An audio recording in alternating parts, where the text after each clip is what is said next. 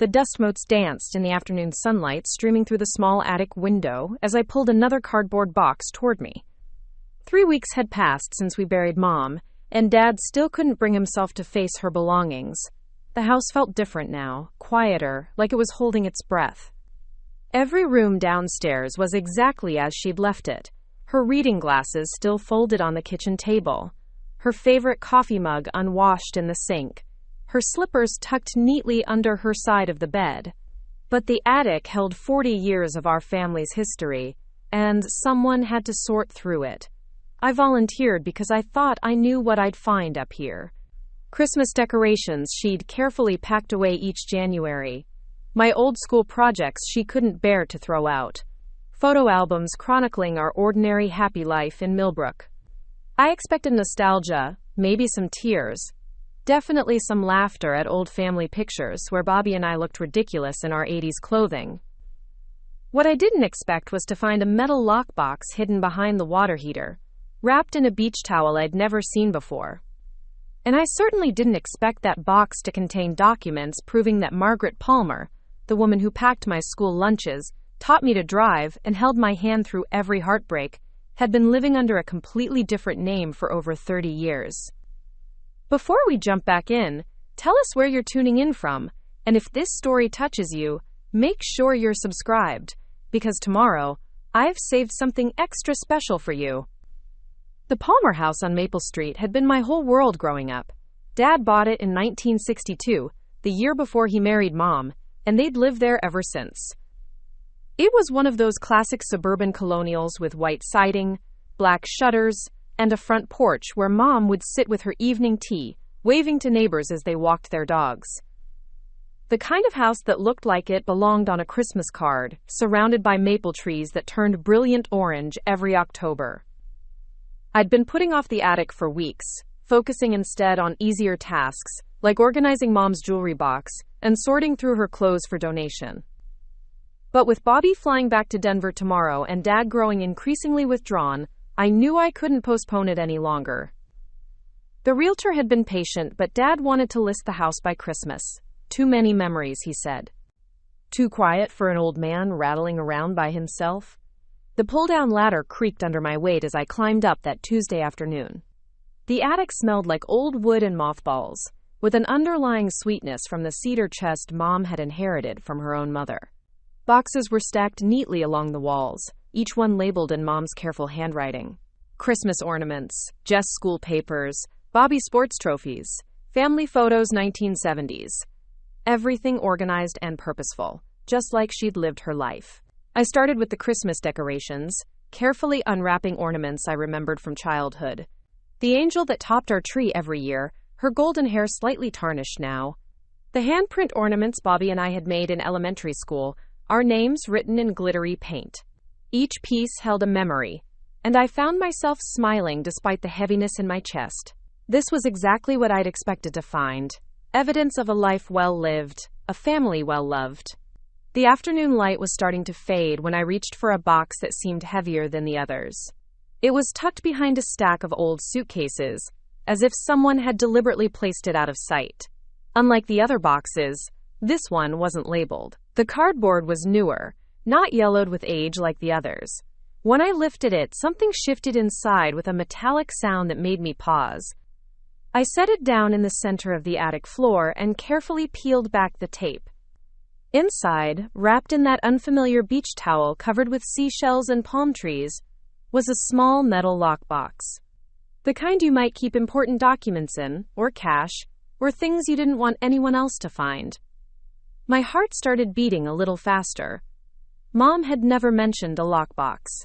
Dad certainly didn't know about it, or he would have said something when we were going through her papers with the lawyer. The box was locked, but the key was taped to the bottom. Another oddity. If you're going to hide something, why make it accessible?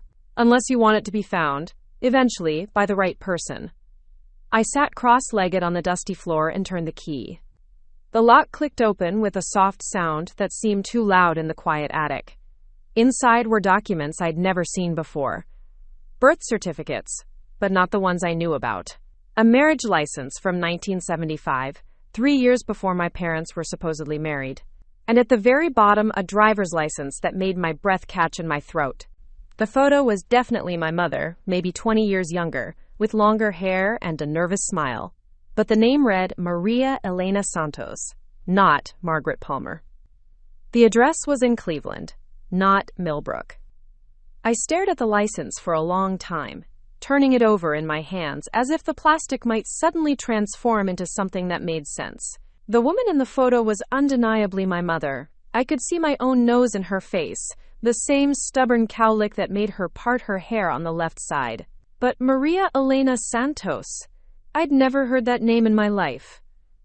Mom had always been Margaret, Maggie to her friends, Mom to Bobby and me. She'd grown up in Millbrook, went to Millbrook High, married Dad right after graduation. That was the story I'd heard my entire life. But here was a document suggesting she'd been someone else entirely before she became my mother. Someone with a different name, living in a different city, with what appeared to be a different life altogether.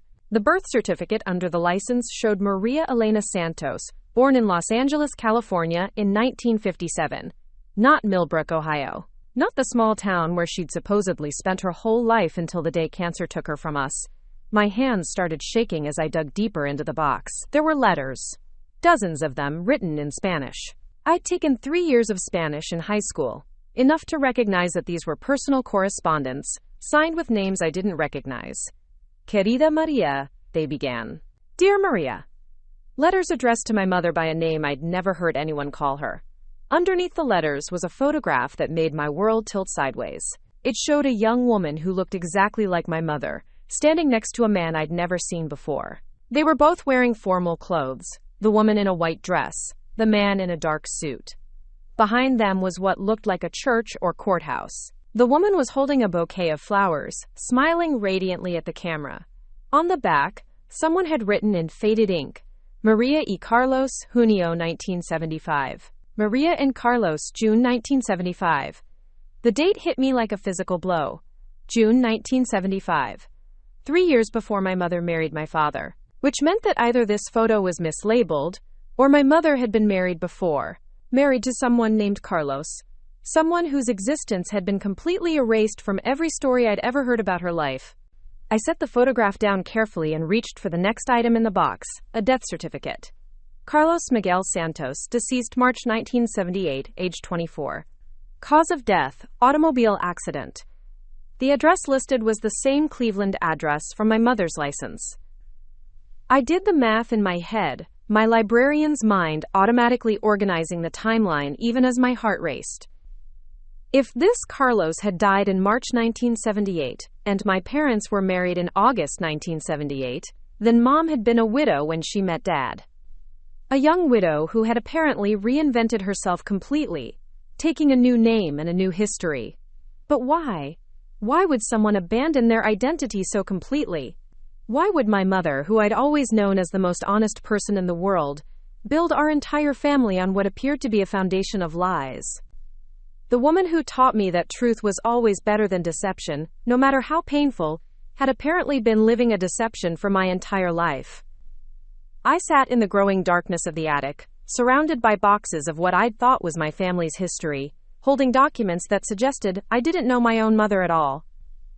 The Christmas decorations that had made me smile an hour earlier now seemed like props in an elaborate performance.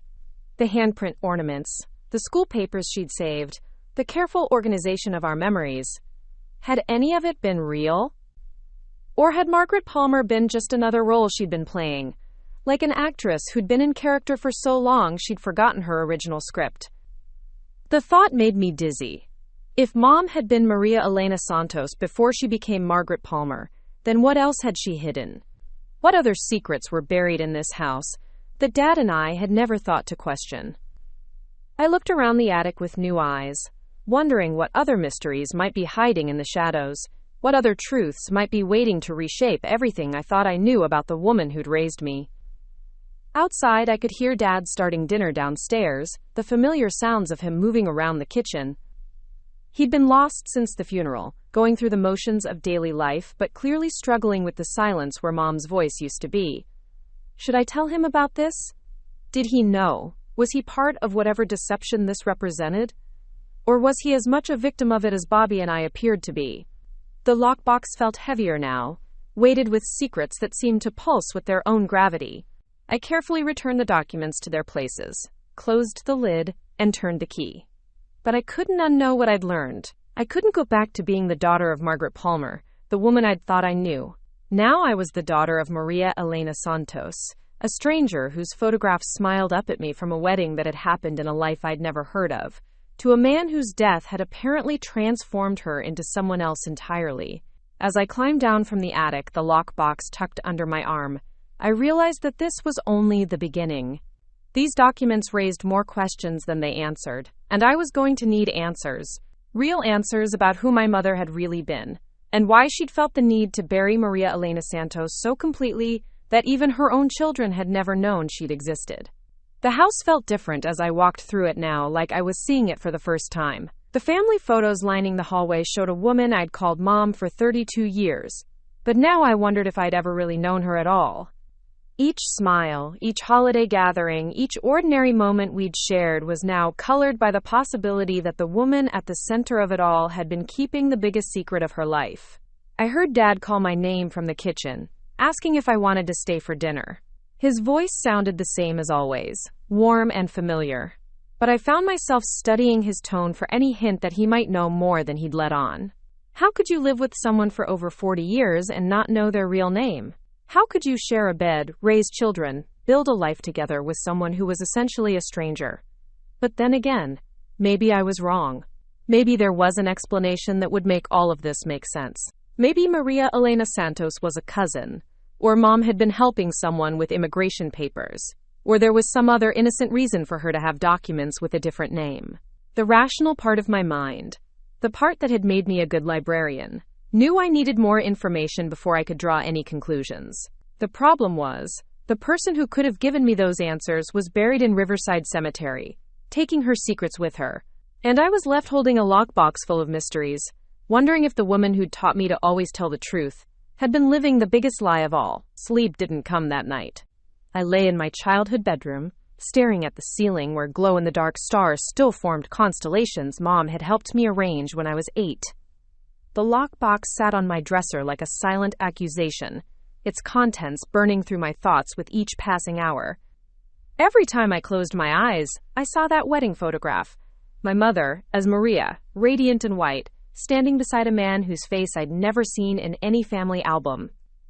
By morning I'd made a decision. I needed more evidence before I could make sense of any of this, and I knew exactly where to start. Mom had always been meticulous about keeping records. Preparing and narrating this story took us a lot of time, so if you are enjoying it, subscribe to our channel. It means a lot to us.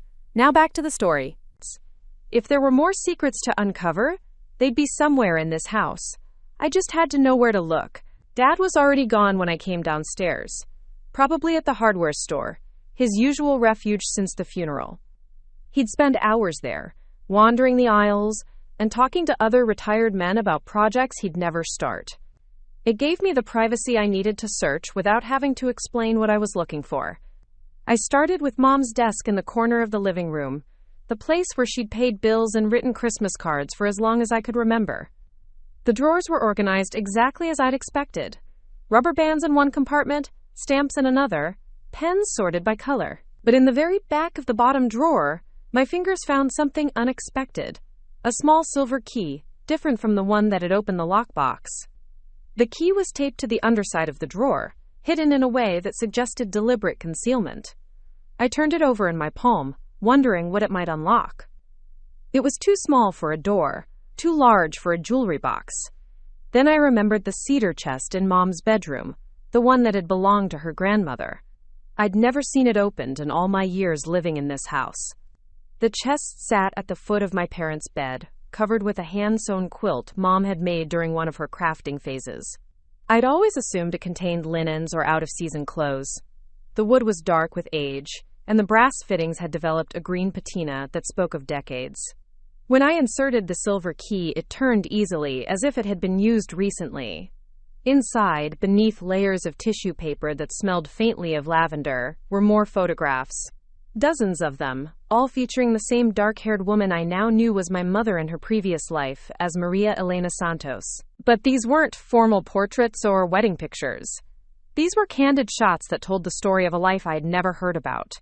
There was Maria at what looked like a quinceañera, wearing an elaborate pink dress and surrounded by family members whose faces were completely unfamiliar to me. Maria at a beach, laughing as waves splashed around her feet, her hair longer and curlier than I'd ever seen it. Maria in what appeared to be a hospital bed, looking pale but happy, holding a baby that couldn't possibly be me or Bobby. The timestamp on the photo showed 1976, 2 years before I was born. My breath caught in my throat as the implications hit me. Had my mother had another child? A child from her first marriage that she'd never mentioned? I studied the photograph more carefully, looking for any resemblance between the baby and my mother, any clue about what had happened to this child. The infant's features were still too undeveloped to draw any conclusions, but the joy on Maria's face was unmistakable. This was a woman holding her baby, not someone else's. I set the photograph aside and continued digging through the chest. At the very bottom, wrapped in a silk scarf that smelled of perfume I didn't recognize, was a leather journal. The cover was worn smooth from handling, and the pages were filled with handwriting in 2 languages, English and Spanish. I opened to a random page and began reading, my high school Spanish helping me piece together fragments of meaning. The entries were dated, starting in 1974 and continuing through early 1978. They told the story of Maria Elena Santos's marriage to Carlos, their struggle to make ends meet in Cleveland while he worked construction jobs and she cleaned houses. The early entries were full of hope and love, describing their small apartment and their dreams of saving enough money to bring Carlos's mother up from Mexico. Then came the pregnancy entries, filled with excitement and fear in equal measure. Maria wrote about morning sickness, about Carlos painting the nursery yellow because they didn't know if the baby would be a boy or girl, about choosing names, and buying tiny clothes at thrift stores. She wrote about the birth, about holding her daughter, a daughter, for the first time. A daughter. I had a sister I'd never known about. The journal entry from September 1976 was brief but devastating. Esperanza está muy enferma. Los doctores no saben qué hacer. Esperanza is very sick. The doctors don't know what to do. I flipped through the pages frantically, looking for more information about this sister, whose existence had been hidden from me my entire life. The entries became shorter, more desperate. Doctor visits, sleepless nights, mounting medical bills that Carlos and Maria couldn't afford. And then, in March 1977, an entry that was mostly tear stains and barely legible Spanish. Se fue mi bebé. Se fue mi corazón. My baby is gone. My heart is gone. Esperanza had died at 8 months old. My mother had lost a child, and I'd never known. The grief that poured from those journal pages was raw and immediate, even decades later. Maria wrote about not being able to get out of bed, about Carlos trying to comfort her while dealing with his own devastation, about the crushing weight of medical bills for a baby who hadn't survived. The entries after Esperanza's death painted a picture of a marriage struggling under the weight of grief. Carlos working longer hours to pay off the hospital debt, Maria withdrawing into herself, both of them unable to talk about their loss without falling apart. The handwriting became shakier, the entries more sporadic. By early 1978, Maria was writing about how they'd become strangers to each other, how the apartment felt haunted by memories of the daughter they'd lost. And then came the entry that explained everything. March 15, 1978. Carlos está muerto. El accidente fue mi culpa. No puedo vivir con esto. Carlos is dead. The accident was my fault. I can't live with this. I read the entry 3 times before the full meaning sank in. According to the journal, Carlos hadn't just died in a car accident.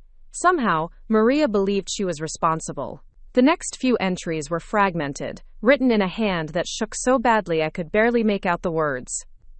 Something about an argument, about Carlos leaving angry, about the call from the hospital that came 2 hours later. The final entry in the journal was dated March 30, 1978.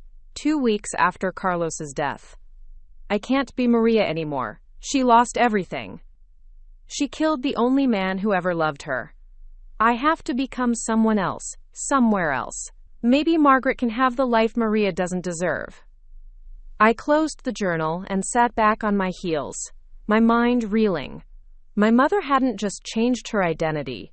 She'd fled from it. She'd lost a daughter, lost a husband, and somehow blamed herself for the tragedy that had destroyed her first life. Margaret Palmer hadn't been born out of deception or fraud. She'd been born out of grief so profound that Maria Elena Santos couldn't survive it. But that still didn't explain how she'd managed to completely reinvent herself.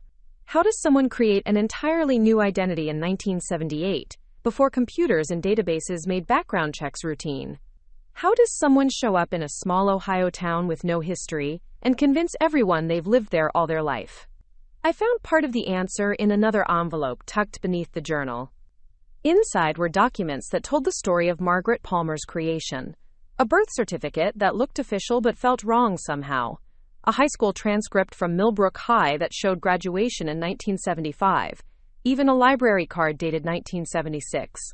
All of them featured the same careful forgery, the same attention to detail that had allowed my mother to construct an entire false history. At the bottom of the envelope was a letter addressed to Maria, dated April 1978, from someone named Father Miguel Hernandez at St. Joseph's Church in Cleveland. The letter was in English, clearly written by someone who knew Maria might need to distance herself from her Spanish-speaking past. Father Miguel wrote about understanding her need for a fresh start, about how sometimes God calls people to leave their old lives behind in order to heal. He mentioned a parish in Millbrook that needed help with their office work, a place where someone could start over without too many questions being asked. The letter also included a phone number and an address for someone named Mrs. Dorothy Walsh on Oak Street in Millbrook. The name Walsh rang a bell. Eleanor Walsh, our elderly neighbor, had lived on our street for as long as I could remember. But her mother had been Dorothy Walsh, the woman who died when I was in college. Had she been part of helping my mother create her new identity? I looked at my watch and realized I'd been sitting on the bedroom floor for over 3 hours. Dad would be home soon, and I needed time to process what I'd learned before I decided whether to tell him. Did he know any of this? Had Mom ever confessed her real identity to her second husband? Or had she carried these secrets alone for over 40 years? The thought of my father's ignorance made my heart ache. If he didn't know, then he'd spent his entire marriage loving a woman who'd never fully trusted him with the truth. But if he did know, then he'd been part of the deception, complicit in hiding my mother's real history from Bobby and me. Either possibility felt like a betrayal. I carefully returned everything to the cedar chest and locked it again, but I kept the journal. I needed more time to read through it completely, to understand the full scope of what my mother had been through before she became the woman who'd raised me. There were still too many gaps in the story, too many questions that needed answers before I could even begin to make sense of what I'd discovered. As I heard Dad's truck pulling into the driveway, I quickly hid the journal in my old backpack and tried to compose myself. When he walked through the front door, carrying a bag from the hardware store, and wearing the lost expression that had become his default since the funeral, I wanted to tell him everything. I wanted to share the burden of these secrets, to ask if he'd known about Maria Elena Santos and Carlos and little Esperanza, who died too young. But looking at his grief-worn face, I realized I couldn't. Not yet.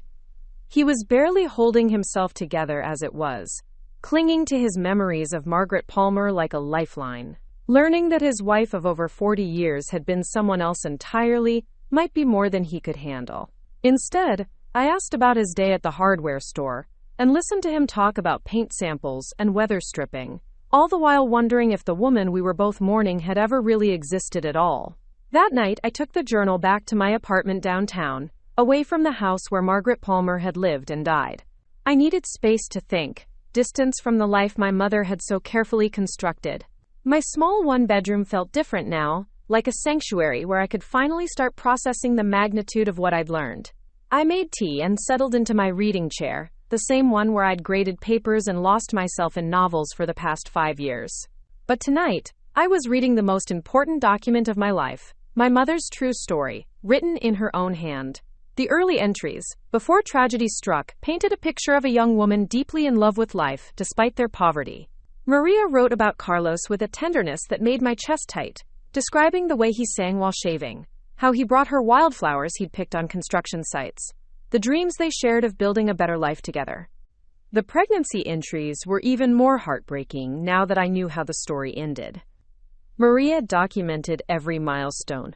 The first time she felt Esperanza kick, the day they assembled the crib Carlos had bought secondhand and painted white, the moment she first held her daughter and whispered promises about all the things they'd do together. Reading about my mother's overwhelming love for a child I'd never known existed made me understand her in a completely different way. She hadn't just been Margaret Palmer, the woman who'd raised Bobby and me with patience and wisdom. She'd been Maria Elena Santos first, a woman who'd experienced the highest highs and lowest lows of human existence before she was 25 years old. She'd been a wife, a mother, a grief-stricken widow, and a woman so broken by loss that she'd had to become someone else entirely just to survive. As I read deeper into the journal, I began to understand why she'd never told us about her first life. How do you explain to your children that you'd once been someone else? How do you tell them about the daughter who came before them, the husband who died believing you were angry with him? How do you reconcile the woman you'd been with the woman you'd had to become? But understanding her reasons didn't make the deception hurt any less. My entire childhood had been built on a foundation of carefully constructed lies. Every family story, every piece of history she'd shared with us, every moment when I'd felt connected to her past, all of it had been fiction. Margaret Palmer's childhood in Millbrook, her high school sweetheart romance with Dad, her seamless transition from single woman to wife and mother, none of it had actually happened. And yet, the love had been real. Reading her journal entries from the 1980s and 1990s, after Bobby and I were born, I could see how genuinely happy she'd been in her second life. She wrote about us with the same tenderness she'd once reserved for Carlos and Esperanza, documenting our first steps and funny sayings and school achievements, with the devotion of a woman who understood how precious and fragile family could be. Maybe that was the most important discovery of all. Margaret Palmer might have been a fiction, but the woman who'd loved us was absolutely real. She'd simply learned to love again after losing everything once before. The question now was whether I could learn to accept that complicated truth, or whether the knowledge of her deception would forever change how I remembered the woman who'd shaped my entire world. The Millbrook Public Library felt different when I walked through its doors Monday morning. I'd worked here for 8 years, cataloging books and helping patrons with research. But now I was the one who needed answers. My mother's journal had given me names and dates, but I needed to understand how Maria Elena Santos had transformed herself so completely into Margaret Palmer. More importantly, I needed to know if anyone else in town had been part of the deception. I waited until my lunch break to start my real research. The library's local history collection was housed in a quiet corner of the building, filled with yearbooks, newspaper archives, and town records dating back to Millbrook's founding in 1898. If Margaret Palmer had truly graduated from Millbrook High in 1975, there would be evidence beyond the forged transcript I'd found. There would be photographs, mentions in the school newspaper, some trace of her supposed teenage years in this town. I pulled the 1975 yearbook from the shelf with hands that trembled slightly. Millbrook High had been small even then. Graduating classes rarely exceeded 100 students. If Margaret Palmer had really lived here, really attended school here, I would find her. I flipped to the senior class section and scanned every face, reading every name. There was no Margaret Palmer. No Maggie Palmer. No variation of the name that could have been my mother. I tried the underclassmen sections, thinking maybe the transcript had been wrong about the graduation year. Nothing. I pulled yearbooks from 1973, 1974, and 1976, searching methodically through every page. Margaret Palmer had never attended Millbrook High School. The transcripts in her cedar chest were completely fabricated. My next stop was the newspaper archives. Millbrook had published a weekly paper since the 1940s, and they religiously covered local events like graduations, weddings, and church activities. If my mother had grown up here, there would be some mention of her family, some record of her existence before 1978. I spent 2 hours scrolling through microfilm, searching for any reference to the Palmer family or anyone named Margaret who might have lived on our street. The Palmer name appeared exactly once in the pre-1978 archives. An obituary for Harold Palmer, who died in 1952 at the age of 73. He'd lived on Elm Street, not Maple Street, and had no surviving children listed. There was no connection to my family whatsoever. Margaret Palmer had materialized in Millbrook like a ghost taking human form. But then I found something that made my breath catch. In the church bulletin section of the August 15, 1978 edition, there was a small announcement. St. Mary's welcomes new office assistant Margaret Palmer, who comes to us from Cleveland with excellent organizational skills and a heart for service. Margaret will be handling our administrative needs and helping coordinate community outreach programs. August 1978. Just 5 months after Carlos's death, just as my mother was learning to be someone new, I remembered Father Miguel's letter mentioning a parish job in Millbrook, and here was the proof that my mother had followed through on that opportunity. But the announcement raised new questions. Who had vouched for her skills? Who had provided references for a woman who technically didn't exist? I found part of the answer in the same newspaper edition. Listed among the church board members was Mrs. Dorothy Walsh, treasurer. The same Dorothy Walsh, whose address had been in Father Miguel's letter. The same Dorothy Walsh, who'd been Eleanor's mother. Dorothy had been instrumental in helping Maria Santos become Margaret Palmer, and she'd used her position in the church to provide my mother with both a job and a community ready to accept her without too many questions. The pieces were starting to form a picture that was both heartbreaking and remarkable. My mother hadn't just fled her old life. She'd found people willing to help her build a new one. Father Miguel in Cleveland, Dorothy Walsh in Millbrook, and probably others whose names I hadn't discovered yet. There had been a network of compassionate people who'd understood that sometimes starting over completely was the only way to survive. I spent the rest of my lunch break reading through church bulletins from late 1978 and early 1979, tracking Margaret Palmer's integration into Millbrook society. She'd started slowly, just the office job at first, then volunteering for the church food drive, eventually joining the Women's Auxiliary. By spring of 1979, she was listed as coordinator for the annual Easter egg hunt. By the time she married my father in August 1979, she'd become an established member of the community. The timeline bothered me, though. According to family lore, my parents had met in high school and dated for years before getting married. But the evidence suggested they'd actually met in 1978, or early 1979, when she was a recent arrival in town, and he was a 25-year-old bachelor working at Murphy's Auto Shop. Their entire courtship story was as fabricated as her high school transcript. When I got home that evening, I found Dad in the garage, tinkering with an old lawnmower that didn't need fixing. It was his way of staying busy, of keeping his hands occupied while his mind processed grief. I watched him for a few minutes, noting how much older he looked than he had just a month ago. Mom's death had aged him in ways that went beyond the calendar. I wanted to ask him about how they'd really met, about what he'd known of her past, about whether any of their love story had been real. But seeing him bent over that lawnmower, humming tunelessly the way he always did when he was trying not to think about something painful, I couldn't bring myself to shatter whatever peace he'd found in his memories. Instead, I decided to visit Eleanor Walsh. If her mother had helped my mother reinvent herself, Eleanor might know details that the official records couldn't provide. At 86, Eleanor was one of the last connections to Millbrook's past, and she'd been our neighbor for decades. If anyone could fill in the missing pieces of my mother's story, it would be her. Eleanor's house sat directly across the street from my childhood home, a mirror image of our colonial but painted pale yellow instead of white.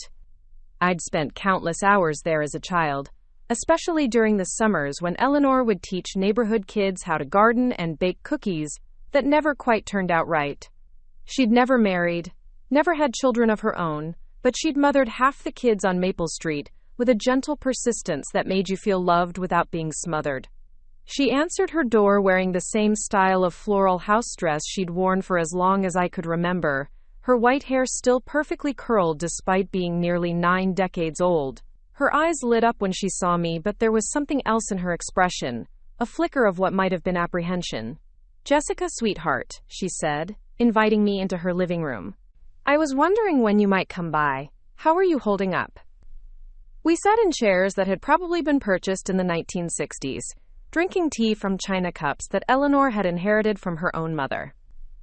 The house smelled like lavender and old furniture polish, comforting in its unchanging familiarity. But I noticed Eleanor's hands shaking slightly as she poured the tea, and she seemed to be having trouble meeting my eyes. "I've been going through Mom's things," I said carefully, watching for her reaction. "I found some items I didn't expect, things that have me wondering about her life before she came to Millbrook." Eleanor set down her teacup with a soft clink and folded her hands in her lap. For a long moment she didn't speak, and in that silence, I had my answer. She knew. She'd always known. "Your mother was a remarkable woman," Eleanor finally said, her voice softer than usual. "She came here carrying more pain than anyone should have to bear, and she turned herself into someone who could love again. That takes tremendous courage." "So you knew she wasn't really from here? You knew Margaret Palmer was a name she'd created?" Eleanor nodded slowly. "My mother was the one who helped her, actually. Father Miguel in Cleveland had reached out to our church, asking if we knew of any work opportunities for a young woman who needed a fresh start. Mother was always helping people. During the Depression, she'd fed half the unemployed men in town without asking questions. When this young woman showed up, clearly running from some terrible tragedy, Mother didn't hesitate to help. But the birth certificate, the high school transcripts, those were forgeries. Your mother helped her create false documents. Times were different then, Jessica. There weren't computer databases or extensive background checks. If you knew the right people, if you had someone willing to vouch for you, you could become whoever you needed to be. And sometimes, that was the most merciful thing possible." Eleanor stood up and walked to an old secretary desk in the corner of the room. She pulled out a wooden box and returned to her chair, holding it like something precious. "Your mother asked me to keep this for her years ago. She said if anything ever happened to her, I should make sure you and Bobby understood who she really was and why she'd made the choices she did." Inside the box were more photographs, but these were different from the ones I'd found in the cedar chest. These showed my mother's transformation from Maria to Margaret, pictures that documented her first months in Millbrook, her tentative steps toward building a new life. There was a photo of her and Dorothy Walsh working in the church office, both women smiling, despite the obvious strain in my mother's eyes. Another showed her at what looked like a church potluck, sitting slightly apart from the other women, as if she wasn't quite sure she belonged. But the most revealing photograph showed my mother and father together for what was clearly the first time. They were at another church event, maybe a Christmas party based on the decorations in the background. My father looked exactly as I remembered him from old family photos. Young, earnest, wearing his best shirt and a nervous smile. My mother looked beautiful but fragile, like someone learning how to be happy again. "That was taken about 6 months after she arrived," Eleanor explained. "Your father had been helping with church maintenance projects, and Mother thought they might be good for each other. Two lonely people who could perhaps find comfort together." "Did Dad know? About her real name, her first marriage, the baby she'd lost?" Eleanor's silence stretched long enough to provide its own answer. "Your mother was terrified that if she told him the truth, he'd leave. She'd lost everyone she'd ever loved, her daughter, her husband, and she couldn't bear the thought of losing David, too. So she kept quiet, thinking she'd tell him eventually. But days turned into months, months turned into years, and the lie became so much a part of their life together that she couldn't figure out how to undo it. I thought about my father, about his simple honesty and capacity for forgiveness. He would have understood. He would have loved her anyway. I think so too. But grief makes people terrified of losing what they have left. Your mother had created Margaret Palmer as a woman who deserved love, who hadn't made the mistakes that haunted Maria Elena Santos. She was afraid that if David knew about her past, he'd see her the way she saw herself, as someone responsible for terrible loss. Eleanor handed me one more item from the box, A letter addressed to me and Bobby in my mother's handwriting. The envelope was sealed, but I could see it was thick, multiple pages. She wrote this about 10 years ago, when she was first diagnosed with the heart condition that eventually led to the cancer. She wanted you to know the truth, but she couldn't bring herself to tell you while she was alive. I held the letter without opening it, knowing that once I read my mother's own explanation, there would be no going back to the simple story I'd grown up believing. Eleanor seemed to understand my hesitation. She loved you more than life itself, Eleanor said gently. Both of you. Every choice she made, even the difficult ones, came from that love. Margaret Palmer might have been a creation, but the woman who raised you was absolutely real.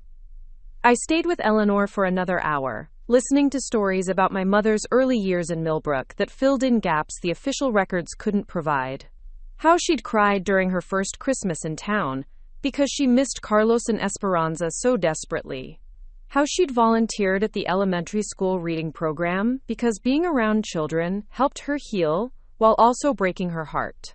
How she'd slowly learned to trust that good things could happen to her again, that she could build a life worth living even after losing everything that had mattered before.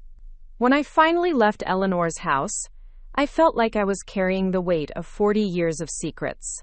My mother's story was so much more complicated than I'd ever imagined. Not just a simple deception, but a desperate act of survival that had somehow transformed into genuine love and family.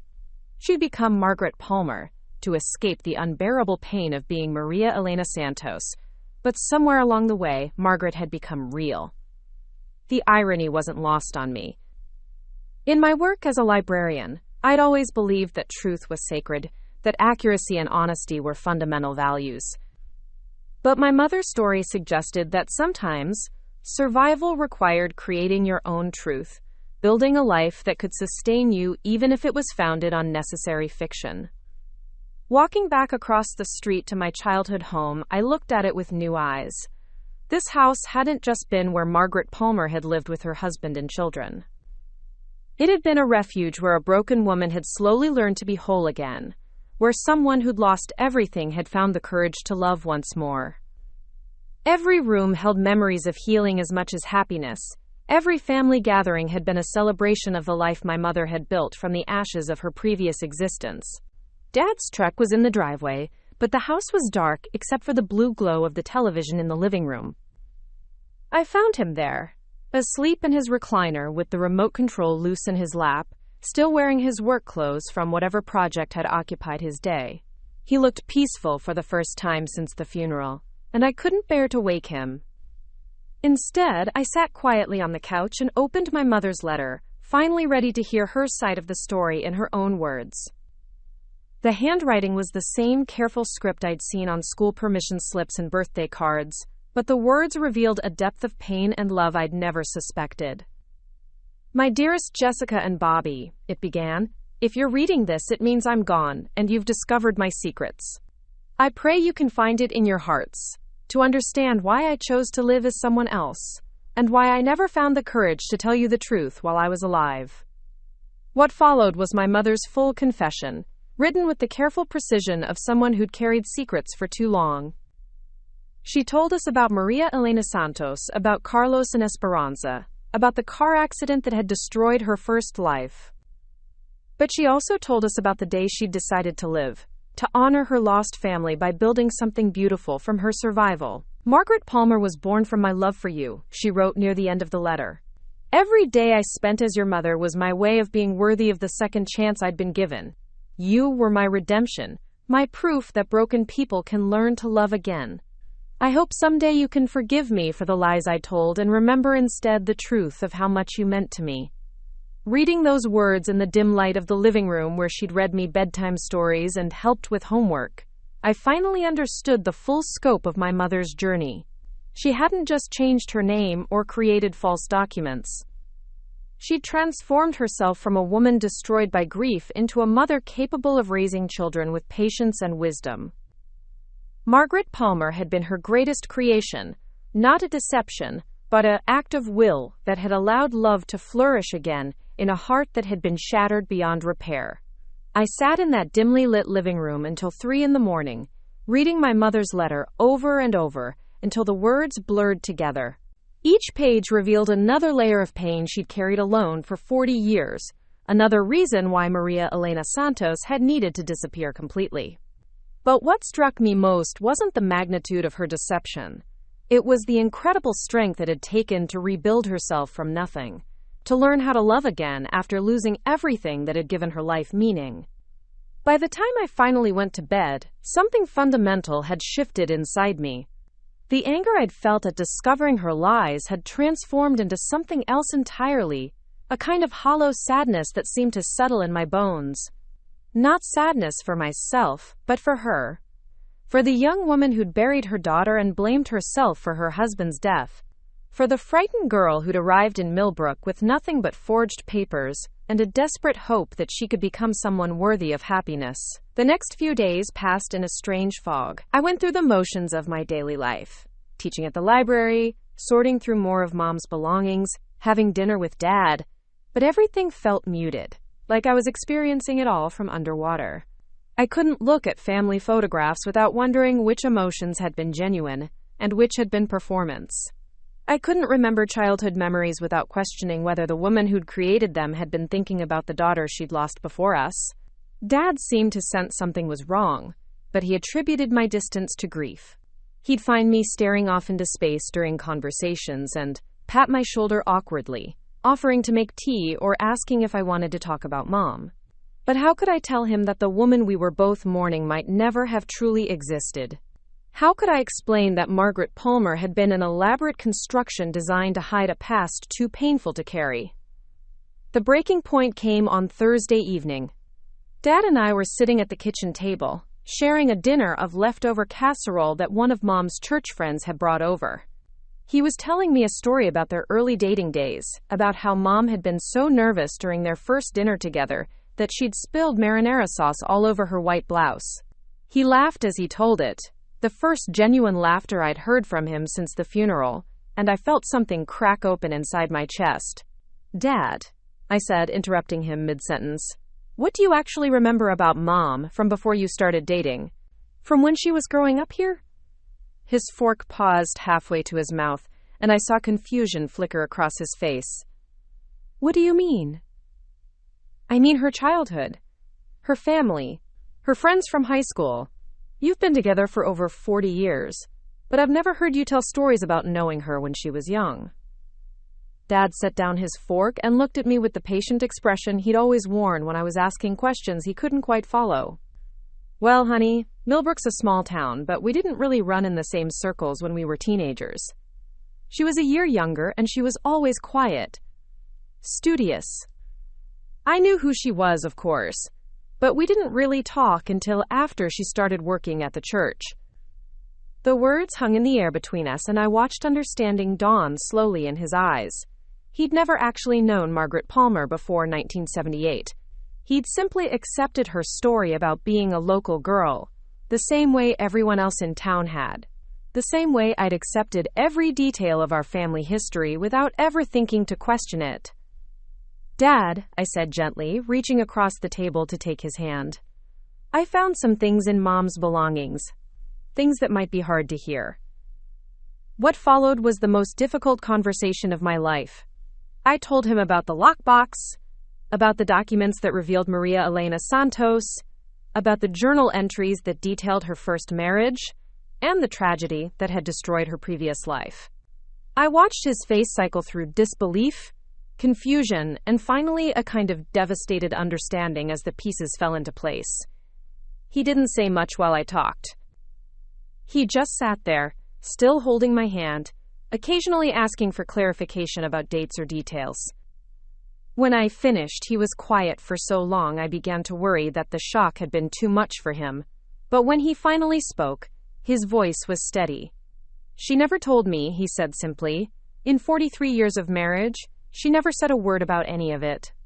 "I don't think she knew how to," I replied. According to Eleanor Walsh, she was terrified that if you knew the truth, you'd leave.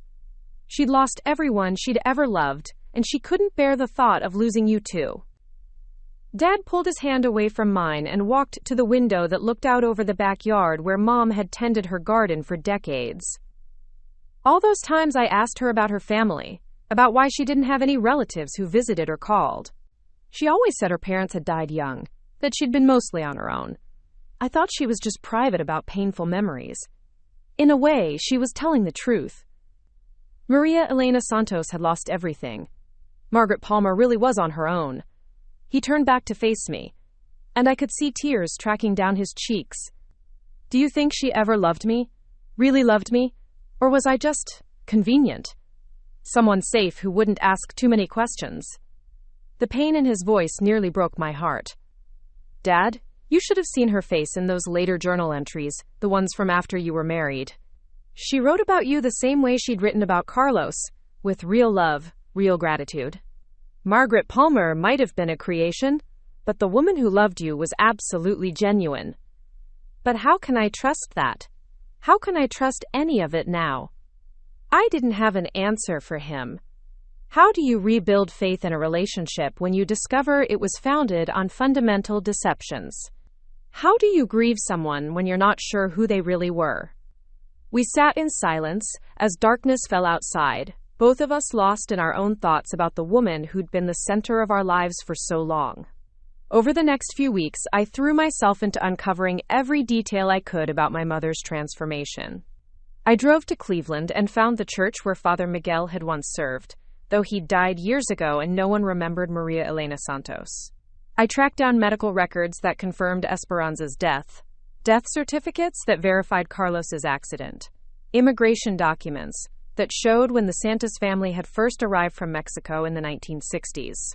Each piece of evidence made Maria's story more real, and Margaret's story feel more like an elaborate performance. But somewhere in that research, I began to understand something important. My mother hadn't just created Margaret Palmer as a disguise, she'd created her as an aspiration. Margaret was the woman Maria thought she could become, if she could leave her guilt and grief behind. Margaret was stable, where Maria had been chaotic, confident where Maria had been broken, capable of love where Maria had felt cursed. The transformation hadn't been instant or easy. Reading through the early church bulletins, I could track Margaret's gradual integration into Millbrook society. She'd started by volunteering for behind-the-scenes work, organizing donation drives, updating membership lists, preparing mailings, safe tasks that didn't require her to reveal much about herself, while she learned how to be someone new. Slowly, over months and then years, she'd built a reputation as someone reliable and kind. People began to trust her with bigger responsibilities, invite her to social gatherings, include her in the informal networks that held small-town communities together. By the time she married Dad, she'd become Margaret Palmer so completely that even she might have forgotten where the performance ended and the reality began. I found evidence of her continued connection to her past in the most unexpected places. Buried in a box of old Christmas cards were sympathy notes addressed to Maria Santos, sent to a post office box in Cleveland that she'd apparently maintained for years after moving to Millbrook. The cards came from Carlos's family in Mexico, from co-workers who'd known her at the cleaning service, from doctors who'd treated Esperanza. She'd never fully severed those ties. She'd just learned to keep them separate from her new life. There were also regular donations to children's hospitals in Cleveland and Los Angeles, always made in memory of Esperanza Santos, but paid from Margaret Palmer's checking account. She'd never stopped honoring her first daughter's memory, even when no one in her new life knew Esperanza had ever existed. The discovery that meant the most to me came in a manila envelope tucked inside one of Mom's recipe boxes. Inside were copies of every letter she'd written to Carlos's mother over the years, updating her about Margaret's life while never revealing her location or new identity. The letters, written in Spanish, painted a picture of a woman who'd found happiness again, but never forgot where she'd come from. In the most recent letter, dated just 6 months before Mom's death, she'd written about Bobby's promotion at work, about my job at the library, about how proud she was of the lives we'd built. But she'd also written about her diagnosis, about her fear that her secrets would die with her, and leave us with questions we couldn't answer. She'd asked Carlos's mother to pray for her children, to pray that they would understand why she'd chosen to live as someone else. The final paragraph of that last letter changed everything for me. I know I was not the wife Carlos deserved, and I was not the mother Esperanza needed. But God gave me another chance to love, another chance to be better. David and my children saved me in ways they will never understand. Margaret Palmer was not a lie. She was who Maria Elena Santos became when she learned to forgive herself. Reading those words, I finally understood what my mother had really done. She hadn't just changed her name or created false documents. She'd performed an act of resurrection, bringing herself back from a kind of spiritual death by becoming someone capable of joy again. Margaret Palmer was real, because the love she'd given and received was real, because the life she'd built was founded on genuine connection, even if the backstory was fictional. I called Bobby that night and told him everything. His reaction was different from mine, less analytical, more accepting. Maybe it was because he lived across the country and had already made peace with the distance between himself and our family's history. Or maybe it was because he'd always been more intuitive than I was, more willing to trust feelings over facts. So we had a sister we never knew about, he said after I'd finished explaining. And Mom survived something that would have destroyed most people. And she loved us enough to build a whole new identity just so she could be the mother we needed. But doesn't it bother you that our entire family history is fabricated? That every story she told us about her childhood was a lie? Jess, he said gently, look at how we turned out. Look at the values she taught us, the way she raised us to be decent people. Whatever name she was using, whatever past she was hiding from, the woman who was our mother was real. The rest is just paperwork. His simplicity was both frustrating and freeing.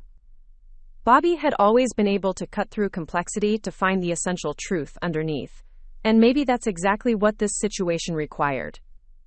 Maybe I'd been so focused on the deception that I'd lost sight of what had been genuine all along. Dad struggled more than either of us. He'd spent weeks going through photo albums, rereading old letters, trying to separate what had been real from what had been performance. He'd even driven to Cleveland to see the neighborhood where Maria and Carlos had lived, standing outside the apartment building, where my mother had experienced both her greatest joy and her deepest grief. I keep thinking about all the nights she'd wake up from bad dreams, he told me one evening. She'd say it was nothing, just stress about work or worry about you kids. But now I wonder if she was dreaming about them. About Esperanza and Carlos. All those nights I could have comforted her, if only she'd trusted me enough to tell me the truth. Maybe she was protecting you as much as herself, I suggested. Maybe she thought that carrying those memories alone was the price she had to pay for the happiness you'd given her. But that's not how marriage is supposed to work, Jess. You're supposed to share everything, the good and the bad. How can I grieve properly for someone who never fully trusted me? I didn't have answers for him, just as I didn't have answers for my own complicated feelings about our mother's choices. But gradually, over the months that followed, something shifted for all of us. We began to see Margaret Palmer not as a deception, but as an achievement, the ultimate expression of someone's determination to choose hope over despair, love over loss. I started volunteering at a grief counseling center, helping other people navigate the complicated emotions that come with losing someone you love. Many of my clients struggled with similar questions about identity and truth, about whether the people they'd lost had been who they'd seemed to be. I learned that most families carry secrets, that most love stories are more complicated than they appear on the surface, that the human capacity for reinvention is both remarkable and necessary. Dad eventually found peace by focusing on the 43 years of marriage he'd actually experienced, rather than the fictional backstory that had preceded them. He started a small scholarship fund at Millbrook High in Margaret Palmer's name, designed to help students who were starting over after family tragedies. It seemed like the perfect way to honor both versions of my mother, the woman who'd survived devastating loss and the woman who'd used that survival to make other people's lives better. Bobby visited more often, bringing his own family to see the house where Margaret Palmer had raised her children with such devotion. His kids played in the same backyard where we'd grown up, climbing the same apple tree that Mom had planted the year I was born. Watching them, I realized that our mother's legacy wasn't diminished by the secrets she'd kept. It was actually enhanced by understanding the full scope of what she'd overcome. The final piece of healing came when I decided to visit Carlos's grave in Cleveland. I'd found the cemetery information in one of Mom's hidden documents, and I felt like I needed to pay my respects to the man who'd been my mother's first love, the father of the sister I'd never known.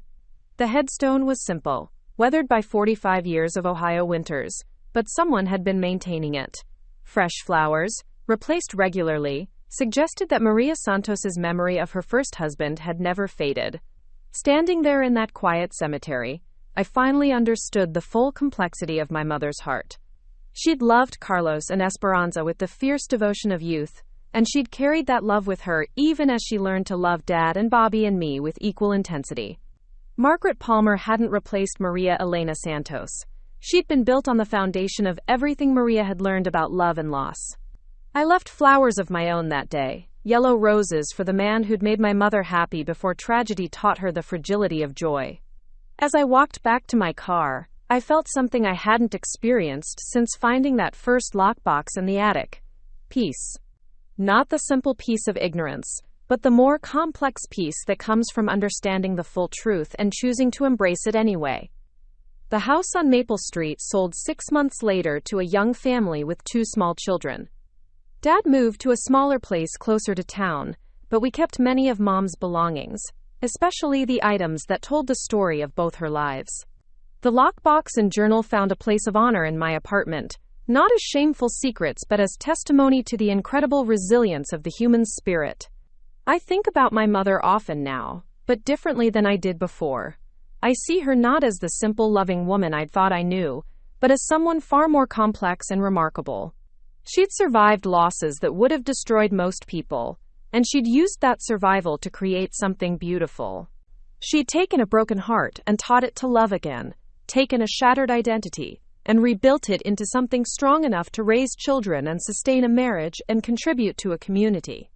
Margaret Palmer had been Maria Elena Santos's greatest creation, but she'd also been her redemption. Every day she'd spent as our mother had been an act of faith in the possibility of second chances. Proof that broken people can learn to be whole again. The woman who tucked us into bed and helped with homework and cheered at school plays hadn't been performing a role. She'd been living the life that Maria had dreamed of during her darkest moments. In the end, maybe that's what love really is. Not the absence of secrets or pain, but the choice to build something beautiful despite them. My mother had loved us enough to become someone worthy of our love, and that transformation had been real, even if the backstory had been fiction. Margaret Palmer might have been born from deception, but she'd lived a life of genuine devotion, and that's the legacy that matters most. The rain had been falling steadily for 3 days when I finally made the decision that would change everything. I'd been sitting in my apartment, staring at the lockbox that had started this entire journey, when I realized I couldn't carry these secrets alone anymore. The weight of my mother's hidden life was crushing me, but more than that, it was isolating me from the people who mattered most. Dad had been drifting through his grief like a ghost, and I'd been enabling his avoidance by protecting him from the truth. Bobby deserved to know about the sister he'd never met, about the woman who'd given birth to the mother who'd raised him. And somewhere in Mexico, Carlos's family was still mourning losses they'd never been able to properly discuss with the woman who'd shared their pain. I picked up the phone and dialed Bobby's number in Denver, my hands shaking as I listened to it ring. When he answered, I could hear his daughter laughing in the background, the sound of a normal family dinner being interrupted by an aunt who was about to turn their world upside down. "Bobby, I need to tell you something about Mom," I said without preamble. "Something that's going to sound impossible, but I have proof."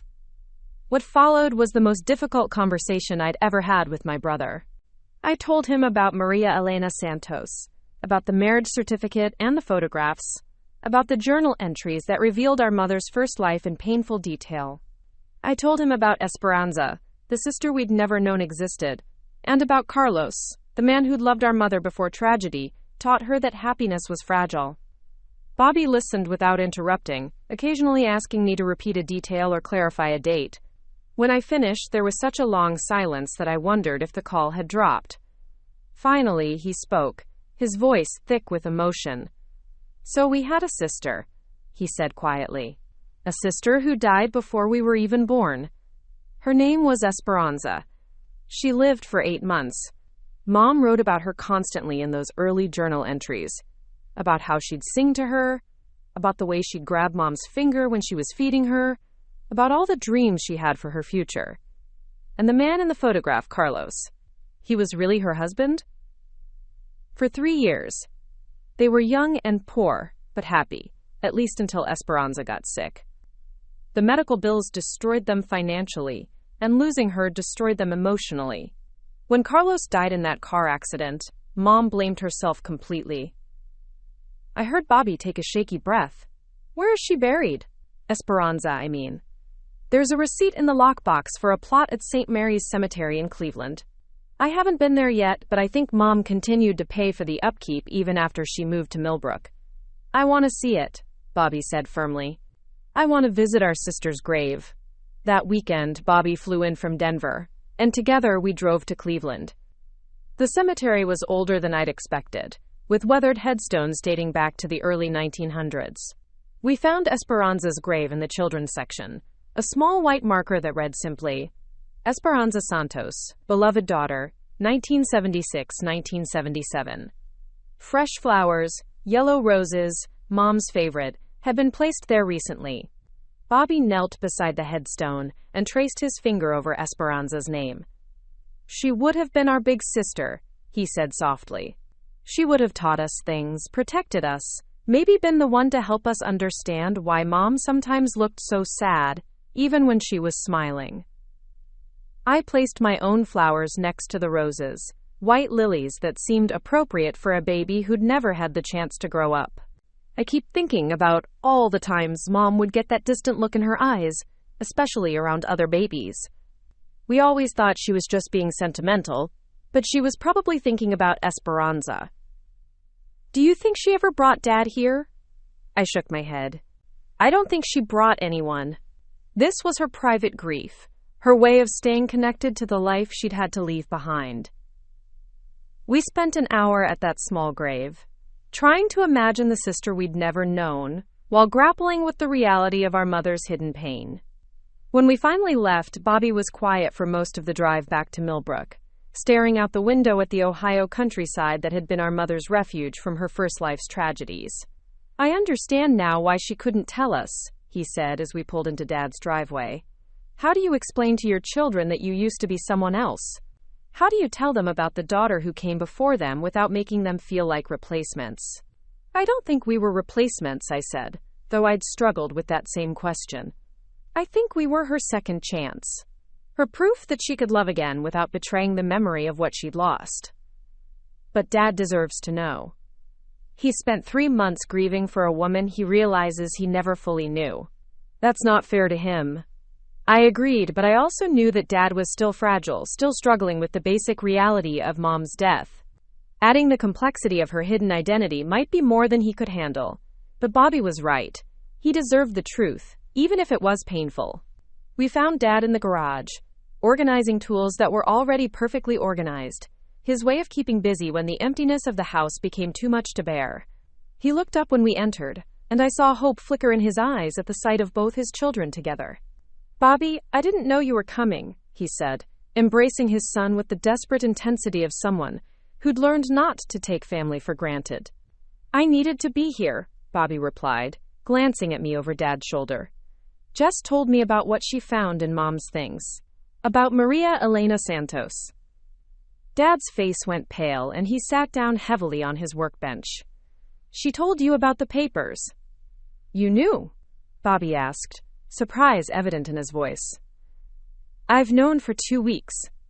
Your sister showed me the lockbox, the journal, all of it. Dad's voice was barely above a whisper. I've been trying to figure out how to process it. How to understand that the woman I was married to for 43 years was someone completely different from who I thought she was. She wasn't different, I said gently. She was the same woman who loved you, who raised us, who made this house a home. She just carried more pain than we realized. Dad looked at me with eyes that seemed to have aged decades in the past few weeks. But how can I trust that? How can I believe that any of it was real when it was all built on lies? Bobby sat down beside Dad on the workbench, and I was struck by how much they looked alike. The same gentle eyes, the same way of holding their shoulders when they were carrying emotional weight. Dad, do you remember when I was 16 and wrecked your truck? Dad nodded, confused by the apparent change of subject. I lied to you about what happened. I told you I hit a deer, but really I was racing with Tommy Morrison and lost control on that curve near Miller's farm. I was terrified you'd be disappointed in me, that you'd think I was irresponsible. I knew you were lying, Dad said quietly. The damage pattern was all wrong for a deer collision, but I also knew you were a good kid who'd made a stupid mistake, and I figured you'd tell me the truth when you were ready. Did my lying about the accident make you doubt whether I loved you? Whether I was grateful for everything you'd done for me? Of course not. Then why would Mom's lies about her past make you doubt her love for you? Dad was quiet for a long moment, processing Bobby's words. Because this was so much bigger than a teenage mistake. This was her entire identity. No, I said, pulling out one of the later journal entries I'd brought with me. This was her survival strategy. Listen to this. It's from 1982, about 4 years after you were married. I read aloud from Mom's journal. David held me while I cried today, and I realized something important. I spent so long thinking that Margaret Palmer was a mask I was wearing to hide Maria Elena Santos. But Margaret isn't a disguise. She's who Maria became when she learned to trust love again. David didn't fall in love with a fiction. He fell in love with a woman who'd been broken and rebuilt herself into someone capable of joy. Dad took the journal from me with trembling hands and read the passage himself. She wrote this 4 years after we were married. She wrote similar things throughout the journals. Dad, she didn't marry you as Margaret Palmer pretending to be someone else. She married you as Maria Elena Santos, who'd learned to be Margaret Palmer. There's a difference. But she never told me about Carlos, about the baby. How could she carry that pain alone for so long? Because she was protecting both of you, Bobby said. She was protecting herself from having to relive the worst experiences of her life. And she was protecting you from having to compete with ghosts. I showed Dad the photograph of Mom and Carlos on their wedding day, the one I'd found in the lockbox. Look at her face in this picture. She's happy, but there's something desperate about it, like she's trying to hold on to joy because she knows how quickly it can disappear. Dad studied the photograph carefully. She looked at me like that sometimes, especially in those early years. Like she was afraid I might vanish if she looked away. Because she'd learned that people you love can disappear without warning. Carlos died in a car accident, completely unexpectedly. She spent the rest of her life terrified that happiness was temporary. That's why she was always so insistent about seatbelts, Dad said suddenly. Why she'd worry when one of us was late coming home. Why she'd sometimes wake up in the middle of the night and check to make sure we were all still breathing. She was protecting what she'd rebuilt, I said. She'd lost one family to tragedy, and she was determined not to lose another. Dad handed the photograph back to me and walked to the window that looked out over Mom's garden. Even in November, you could see the careful planning that had gone into it. The way she'd arranged the perennials so something would always be in bloom. The way she'd created small sheltered areas where she could sit and think. I used to find her out there sometimes, just sitting on that bench by the roses, Dad said. She'd have this look on her face, like she was somewhere else entirely. When I'd ask what she was thinking about, she'd always say nothing important and change the subject. She was probably thinking about them, Bobby said quietly. About Carlos and Esperanza and the life she'd left behind. Do you think she ever regretted it? Creating Margaret Palmer, I mean. Do you think she ever wished she'd found a way to heal as Maria Elena Santos, instead of becoming someone else? I thought about that question for a long time before answering. I think she understood that sometimes survival requires transformation. Maria Elena Santos was a young woman who'd been destroyed by loss. Margaret Palmer was who she became when she learned to rebuild from that destruction. But which one was real? Both, I said simply. They were both real, just at different times in her life. The woman who loved Carlos and Esperanza was real. The woman who loved you and raised us was real. They were the same person, just at different stages of healing. Dad turned back to face us, and I could see that something had shifted in his expression. She used to have nightmares, especially in those first few years after we were married. She'd wake up crying, sometimes saying names I didn't recognize. I always assumed she was just remembering her parents, who she'd told me had died when she was young. Carlos and Esperanza, I said. She was dreaming about them. All those years, she was carrying that pain alone. All those years, I could have helped her if she'd just trusted me enough to tell me.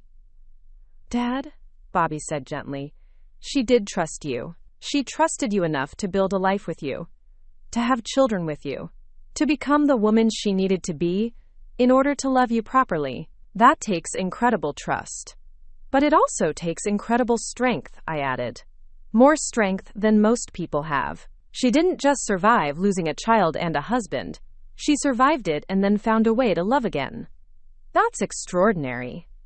Dad sat back down on the workbench, looking exhausted by the emotional weight of everything we'd discussed. I don't know how to grieve for her now. I don't know how to miss someone when I'm not sure I ever really knew them. You knew the parts of her that mattered, I said. You knew her kindness, her devotion, her capacity for love. You knew how she made you feel, how she made this house a home, how she raised us to be decent people. The name she used doesn't change any of that. And you knew her fears too, Bobby added. You knew she was afraid of losing people, even if you didn't know why. You knew she sometimes carried sadness she couldn't explain. You knew her completely, you just didn't know her history. Over the next few hours, we continued to talk about Mom's hidden life, trying to piece together a complete picture of the woman who'd been both Maria Elena Santos and Margaret Palmer. Dad shared memories that made more sense now, times when Mom had seemed to understand grief better than seemed normal, moments when she'd been unusually anxious about family separations, the way she'd always been extra gentle with people who were struggling with loss. She volunteered at the hospital for years, Dad remembered, specifically in the pediatric ward, reading to sick children. I always thought she just loved kids, but now I wonder if she was thinking about Esperanza. She probably was, I said. It was her way of honoring her first daughter's memory while also helping other children. And she always insisted on sending flowers to funerals, even for people we barely knew. She'd say it was important to acknowledge loss, to make sure people knew their pain was seen. Because she knew what it felt like to grieve alone, Bobby said. She knew how isolating loss could be. As the afternoon wore on, I began to see Dad's understanding shift. He stopped thinking about Mom's secrets as betrayals and started seeing them as evidence of her incredible resilience. The woman who'd been able to love him and raise us despite carrying such profound loss wasn't a liar. She was a survivor of the highest order. I want to visit their graves, Dad said suddenly. Carlos and Esperanza. I want to pay my respects to the family she lost. We went to Esperanza's grave yesterday, Bobby said. It's beautiful, small and peaceful, and someone's been maintaining it all these years. That was her, Dad said with certainty. She never stopped taking care of them. The next week, the three of us drove to Cleveland together. We visited Esperanza's grave first, where Dad knelt beside the small headstone and spoke quietly to the granddaughter he'd never known existed. Then we went to Carlos's grave, where Dad did something that surprised both Bobby and me. He thanked Carlos for loving Mom first, for teaching her that she was worthy of devotion. I'm sorry for what happened to you, Dad said to the weathered headstone. I'm sorry you didn't get to grow old with her. But I want you to know that she carried your love with her for the rest of her life, and it made her a better wife and mother because of it. Standing there in that Cleveland cemetery, surrounded by the evidence of Mom's hidden grief, I finally understood the full scope of what she'd accomplished. She hadn't just survived tragedy. She'd transformed it into wisdom. She hadn't just learned to love again, she'd learned to love better, with the full knowledge of how precious and fragile family could be. The drive back to Millbrook was quiet, but it was a different kind of quiet than we'd experienced in the months since Mom's death. Instead of the heavy silence of secrets and confusion, it was the peaceful quiet of understanding. We'd finally seen the complete picture of who our mother had been, and instead of diminishing her, the truth had made her more remarkable. That evening, we sat in Mom's kitchen and made a decision that would honor both versions of her identity. We would establish a memorial fund in the name of Maria Elena Santos Palmer, acknowledging both the woman she'd been and the woman she'd become. The fund would provide support for families dealing with child loss, recognizing that Mom's greatest tragedy had also been the source of her greatest strength. We also decided to create a small memorial garden behind the house, where both of Mom's lives could be remembered. We'd plant roses for Margaret Palmer, the woman who'd tended this garden for decades, and we'd plant marigolds from Maria Elena Santos, flowers that Carlos had apparently brought her from construction sites where he'd worked. In the center of the garden, we'd place a bench with a plaque that read, "In memory of a woman who learned that survival sometimes requires transformation, and that the greatest act of love is choosing to heal." It wouldn't mention her name, either of her names, because we'd learned that identity was more complex than what appeared on official documents. 6 months later, Dad started dating again. Her name was Linda, and she was a widow who'd lost her husband to cancer the year before Mom died. What struck me most about their relationship was how open Dad was about his grief, how freely he talked about missing Mom, and the complicated feelings that came with learning about her hidden past. "I learned something important from your mother," he told me one evening. "Love isn't about knowing everything about someone. It's about accepting them completely, including the parts they can't share." I loved Margaret Palmer, but I also loved the memory of Maria Elena Santos. They were both her, just at different times. Bobby and I both found our own ways to honor Mom's memory. Bobby named his newborn son Carlos David, acknowledging both of the men who'd loved our mother. I started volunteering at an immigration assistance center, helping people who were trying to rebuild their lives after leaving everything behind. I understood now that sometimes starting over completely wasn't about running from the past. It was about creating space for healing. The house on Maple Street never did get sold. Dad decided to stay, surrounded by the garden Mom had created and the memories they'd built together. He said it felt like the right place to honor both versions of the woman he'd loved. The place where Maria Elena Santos had finally found peace as Margaret Palmer. I think about Mom differently now, not as the simple, loving woman I'd thought I knew, but as someone far more complex and courageous. She'd taken a heart that had been shattered by loss and rebuilt it into something capable of nurturing an entire family. She'd used her understanding of grief to become someone who could comfort others, her knowledge of loss to appreciate the preciousness of what she'd found. Margaret Palmer had been Maria Elena Santos's greatest achievement, but she'd also been her gift to us. Every day she'd spent as our mother had been an act of faith in the possibility of second chances, proof that broken people could learn to love again. The woman who'd read us bedtime stories and bandaged our scraped knees and cheered at our graduations hadn't been performing a role. She'd been living the life that Maria had dreamed of during her darkest moments. In the end, I realized that the question wasn't whether Margaret Palmer had been real or fake. The question was whether love could transcend the circumstances that created it. Whether a life built on necessary deception could still be genuine in its devotion. And looking at the family she'd raised, the marriage she'd sustained, the community she'd served for over 40 years, I knew the answer was yes. My mother had been both Maria Elena Santos and Margaret Palmer, and both versions of her had been equally real. She'd simply learned that sometimes the most honest thing you can do is become the person you need to be in order to love, and be loved in return. And that transformation, born from tragedy but sustained by hope, had been the most beautiful truth of all. The letter arrived on a Tuesday morning in February, nearly a year after I'd first discovered the lockbox in Mom's attic. I was drinking coffee at my kitchen table, grading papers from my students at the library's literacy program, when I noticed the unfamiliar handwriting on the envelope. The return address was from Los Angeles, California, and the name read, Isabella Santos Martinez. My hands started trembling as I opened it, somehow knowing that this letter would complete the final chapter of my mother's story. Dear Jessica, it began in careful English. I hope this letter finds you well. My name is Isabella, and I am the sister of Carlos Santos, your mother's first husband. I have been looking for Maria Elena for many years, and I recently learned from our family priest that she passed away. I am writing to you because I believe you are her daughter, and there are things about your mother that you should know. I set the letter down and stared at it for several minutes, my heart racing. Carlos had a sister. Our mother had a sister-in-law who'd been searching for her for decades. I picked up the letter again with shaking hands and continued reading. Carlos spoke of Maria often before he died. He loved her very much, and he was so proud when Esperanza was born.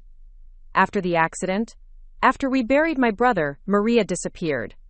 We understood that she was grieving, but we hoped she would stay in contact, Because she was the only family we had left who had known Carlos and Esperanza. We wanted to share memories, to help each other heal. Isabella went on to explain that she'd hired private investigators over the years, trying to find any trace of Maria Elena Santos. The trail had always gone cold in 1978, as if she'd simply vanished from existence. It wasn't until recently, when Isabella had started searching online obituaries, that she'd found Margaret Palmer's death notice and recognized the photograph. I knew it was her immediately, Isabella wrote. The eyes, the smile, the way she held her head slightly to the left when she was thinking. That was our Maria.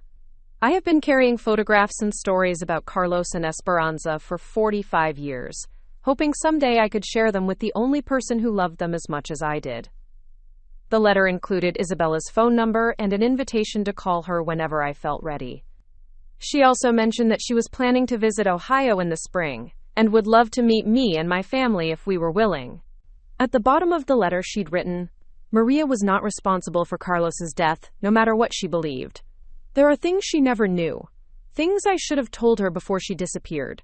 I hope it's not too late to bring her some peace, even if she is no longer with us. I called Dad immediately. He was at the hardware store, his Tuesday morning routine since Mom's death. But he rushed home when I told him about the letter. Bobby was harder to reach. He was in meetings all day. But I left him a voicemail explaining that we'd found Carlos's family and they wanted to connect with us. Dad arrived within 20 minutes, still wearing his work clothes and looking anxious. What did she say about the accident? He asked before he'd even sat down. I handed him the letter to read for himself. His hand shook as he read Isabella's words about Maria not being responsible for Carlos's death, about things she'd never known. When he finished, he looked up at me with tears in his eyes. She carried that guilt for 45 years, he said quietly. All that time she believed she'd killed the man she loved, and his family never blamed her at all. Isabella wants to talk to us. She has photographs and stories about Carlos and Esperanza that she's been saving for Mom. She's been looking for her for decades. Dad stood up and walked to the window, the same spot where he'd stood when I'd first told him about Mom's hidden identity. We have to call her. Your mother would want us to know her first family, to understand the whole story. I dialed Isabella's number that afternoon, my hands trembling as I listened to it ring. When she answered, her voice was warm but shaky, as if she'd been waiting for this call for years. Jessica, she said when I identified myself. Oh, Misha, I have been praying for this day. I have so much to tell you about your mother, about the woman she was before her heart was broken. What followed was a 3-hour conversation that filled in gaps in my mother's story I hadn't even known existed. Isabella told me about Maria's childhood in Los Angeles, how she'd been the youngest of 5 children in a family that had immigrated from Mexico in the 1950s. She described Maria as bright and ambitious, someone who dreams of becoming a teacher before she fell in love with Carlos at 17. She was so young when they married, Isabella said. But she was also so full of hope. She believed in fairy tales, in happily ever after. Carlos was the same way. They thought love was enough to overcome anything. Isabella explained how the young couple had moved to Cleveland because Carlos had found work there, how they'd struggled financially but had been genuinely happy until Esperanza was born. The baby had been perfect for the first few months, but then she'd started having seizures, episodes that would leave her lifeless for minutes at a time. The doctors couldn't figure out what was wrong, Isabella continued. They ran test after test, but everything was inconclusive. Meanwhile, the medical bills were crushing them. Carlos was working double shifts, and Maria was cleaning houses between doctor appointments. They were exhausted and terrified, but they never gave up hope. I asked about the night Carlos died, about the argument that Mom had mentioned in her journal. Isabella was quiet for a long moment before she answered. There was no argument, she said softly. That's what I've been trying to tell someone for 45 years. Carlos came to see me that night, about 2 hours before the accident. He was exhausted, but he wasn't angry. He was scared. Scared that they were going to lose the house, scared that Esperanza wasn't getting better, scared that he wasn't strong enough to hold everything together. Isabella explained that Carlos had asked her for money that night, alone to help cover the latest round of medical bills. She'd given him what she could, but it wasn't enough. He'd been driving to the hospital to discuss payment options with the billing department when he'd fallen asleep at the wheel. It was an accident, plain and simple, Isabella said. Carlos was exhausted from working so much and sleeping so little. He never should have been driving, but he was trying to be responsible, trying to take care of his family. Maria thought he'd left angry because she'd been crying about the bills, but he'd actually stopped by to tell me how proud he was of how strong she was being. The revelation hit me like a physical blow. My mother had spent 45 years believing she'd caused her husband's death through an argument that had never happened. She'd transformed her entire identity, fled from everyone who'd known her, and lived with crushing guilt, all because she'd misunderstood Carlos's final visit to his sister. I tried to find her after the funeral. Isabella continued. I wanted to tell her what Carlos had said, that he'd been worried about her, that he'd loved her more than anything. But she'd already disappeared. I searched for months, then years, then decades. I never stopped hoping I'd find her someday. I told Isabella about the journal entries where Mom had written about her guilt, about how she'd believed the accident was her fault. Isabella cried as I read some of the passages aloud, hearing for the first time the depth of pain her sister-in-law had carried alone. If only I had found her sooner, Isabella said through her tears. If only I could have told her the truth. She didn't need to carry that guilt. She didn't need to become someone else. But maybe she did, I said, thinking about the woman who'd raised me with such patience and wisdom. Maybe Maria Elena Santos was too broken to heal, and maybe Margaret Palmer was who she needed to become in order to love again. Isabella was quiet for a moment, processing this perspective. You think she was happy as Margaret Palmer? I think she was as happy as someone with her history could be. She loved my father deeply, and she was an incredible mother to me and my brother. She built a life full of meaning and service and genuine joy. Maybe that was worth more than the truth. But she never got to say goodbye to Carlos and Esperanza properly. She never got to grieve with people who understood her loss. No, she didn't. But she also never let that loss define her completely. She used it to become someone who understood grief, who could help other people through their own tragedies. Maybe that was her way of honoring Carlos and Esperanza, by becoming the kind of person who could prevent others from suffering alone. Isabella asked about our family, about Dad and Bobby and me. I told her about the house on Maple Street, about Mom's garden and her volunteer work, about the way she'd raised us to be kind and resilient. I described the woman Margaret Palmer had become, and Isabella listened with what sounded like wonder. She always wanted to be a teacher, Isabella said when I finished. Even when she was cleaning houses to pay for Esperanza's medical bills, she would talk about going back to school someday, about having a classroom full of children. It sounds like she found a way to do that, even if it wasn't in the way she'd originally planned. She taught us every day, I said. Not just me and Bobby, but everyone she met. She had a way of making people feel seen and valued. I think that came from understanding what it felt like to be invisible, to be forgotten. Isabella asked if she could visit us in Ohio, if she could see where Maria had lived as Margaret Palmer. She wanted to bring photographs and letters that Carlos had written to her, things she'd been saving for 45 years, in the hope of someday sharing them with his wife. I have a letter Carlos wrote to Maria on the day Esperanza was born, Isabella said. He was so proud, so full of love for both of them. He wrote about all the things he wanted to teach his daughter, about how grateful he was to have married a woman who would be such a wonderful mother. I told Isabella she was welcome to visit whenever she was ready, that our family would be honored to meet her and learn more about Mom's first life. We agreed that she would come in April, when Mom's garden would be in full bloom, and we could show her the memorial we'd created. When I hung up the phone, I felt emotionally drained, but also strangely peaceful. The final piece of my mother's story had fallen into place, and it changed everything. She hadn't been responsible for Carlos's death. She'd fled from a guilt that had been based on a misunderstanding, lived with shame that had been completely undeserved. I called Bobby and Dad to tell them what I'd learned. Bobby was quiet for a long time after I finished, then said, So she spent her entire second life atoning for a sin she never committed. But maybe that atonement made her a better person, Dad said when I called him. Maybe carrying that guilt, even if it was undeserved, made her more compassionate, more understanding of other people's pain. Or maybe, I said, she would have been just as wonderful if she'd known the truth. Maybe she could have been Maria Elena Santos and still been the mother we knew.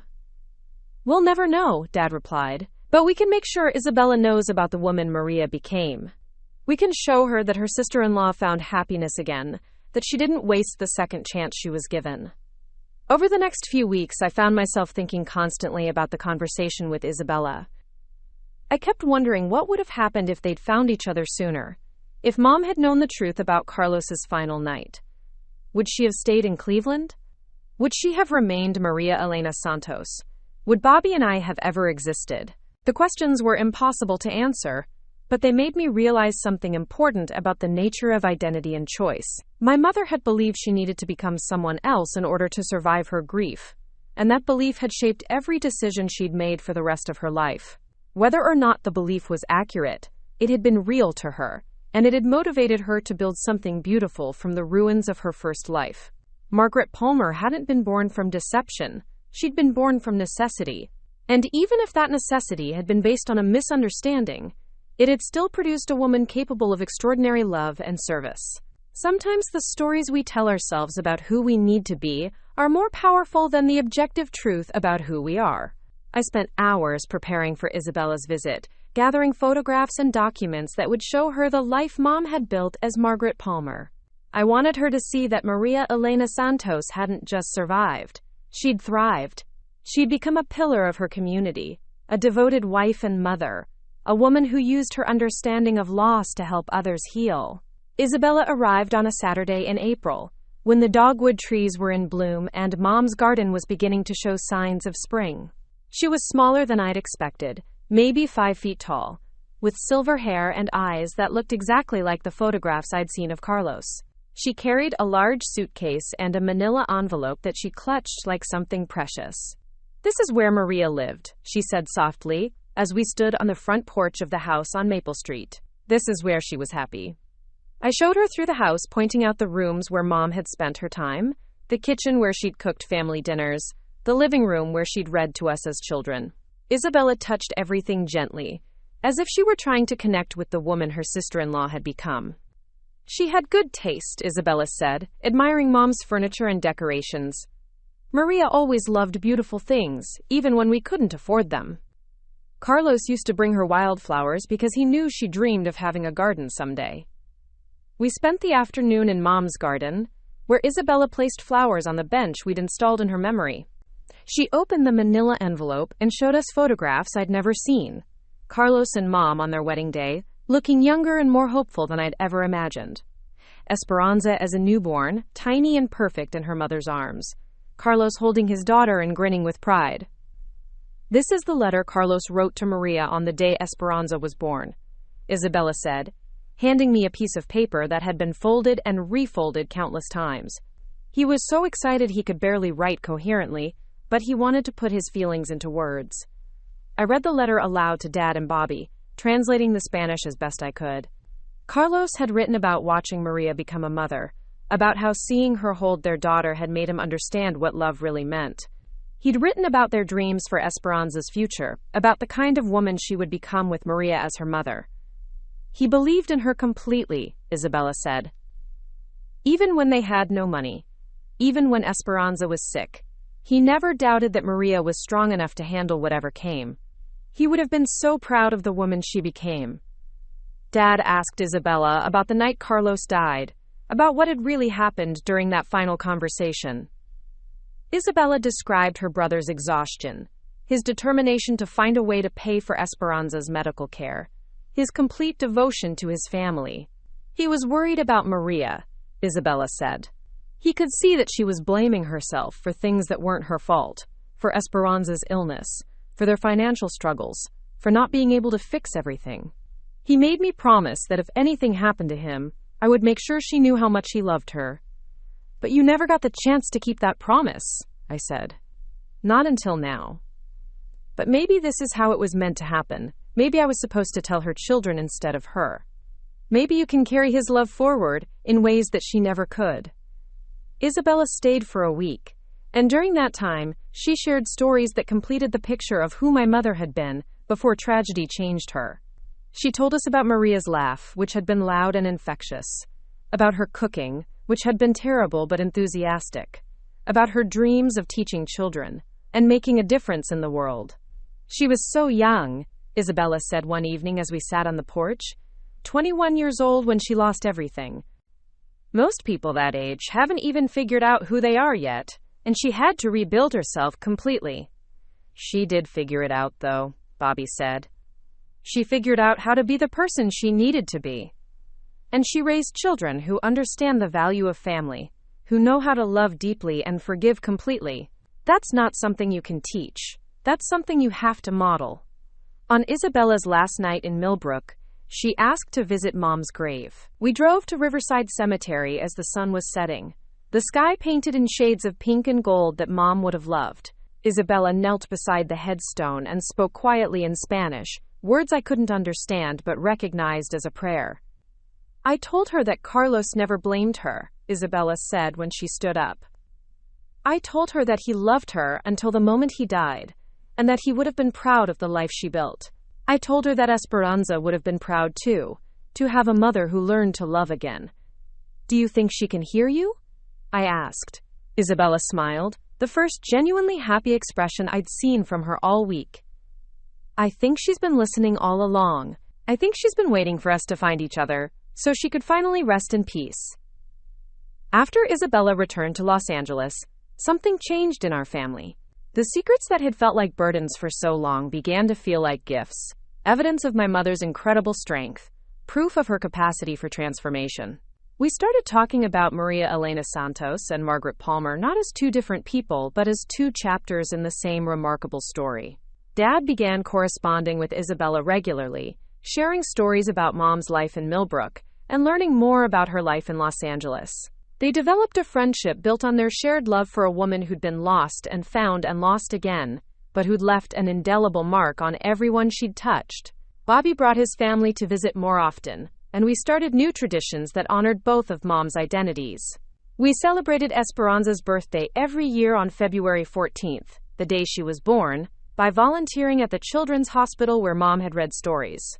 We celebrated Carlos's birthday on July 22nd by cooking Mexican food and sharing stories about love and loss and the importance of family. I kept working at the library, but I also started a support group for people who'd lost family members and discovered secrets about their identities. I learned that our story wasn't unique. Many families carried hidden histories, and many people struggled with questions about whether the people they'd loved had been who they'd seemed to be. What I discovered through leading that group was that love transcends the circumstances that create it.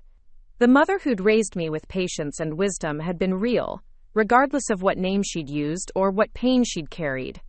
The woman who'd taught me to be kind and resilient had been genuine, even if her backstory had been fabricated. Margaret Palmer had been Maria Elena Santos's greatest creation, but she'd also been her healing. Every day she'd spent as our mother had been an act of faith in the possibility of second chances, proof that broken people could learn to love again. The woman who'd tucked us into bed and helped with homework and cheered at our achievements hadn't been performing a role. She'd been living the life that Maria had dreamed of during her darkest moments. 2 years after Isabella's visit, I received another letter from Los Angeles. This one was from Carlos's mother, now 93 years old, who'd learned about our correspondence and wanted to share her own memories of Maria Elena Santos. She wrote about the young woman who'd loved her son with such devotion, who'd cared for Esperanza with such tenderness, who'd honored their family's memory by becoming someone worthy of the love she'd received. Maria was my daughter as much as she was my daughter-in-law, the elderly woman wrote. When she disappeared, I lost 2 children instead of 1. But knowing that she found happiness again, that she raised a family, and lived a life full of love, brings peace to my heart. She was not meant to carry guilt for what happened to Carlos. She was meant to carry his love forward, and it sounds like she did exactly that. Reading those words, I finally understood the full scope of my mother's legacy. She hadn't just survived tragedy, she transformed it into wisdom. She hadn't just learned to love again, She'd learned to love better, with the full knowledge of how precious and fragile life could be. Margaret Palmer had been born from Maria Elena Santos's ashes, but she'd been sustained by the same capacity for love that had made Maria who she was. The house on Maple Street still holds both of their memories. Dad still tends Mom's garden, still sits on the bench where she used to think about the people she'd lost and found. The memorial fund we established in her honor has helped dozens of families dealing with loss, and the support group continues to meet monthly at the library. But perhaps the most important legacy of my mother's story is the understanding that identity is more fluid than we often realize. People can change, can grow, can become who they need to be in order to survive and thrive. The woman who loved Carlos and Esperanza was real. The woman who loved Dad and raised Bobby and me was real. They were the same person, just at different stages of her journey. In the end, the question isn't whether Margaret Palmer was a fiction or Maria Elena Santos was the truth. The question is whether love can transcend the circumstances that create it, whether a life built on necessary transformation can still be genuine in its devotion. And looking at the family she raised, the community she served, the people she helped heal from their own losses, I know the answer is yes. My mother was both Maria Elena Santos and Margaret Palmer, and both versions of her were equally real. She simply understood that sometimes the most honest thing you can do is become the person you need to be in order to love and be loved in return. That transformation, born from tragedy but sustained by hope, was the most beautiful truth of all. Up next, you've got 2 more standout stories right on your screen. If this one hit the mark, you won't want to pass these up. Just click and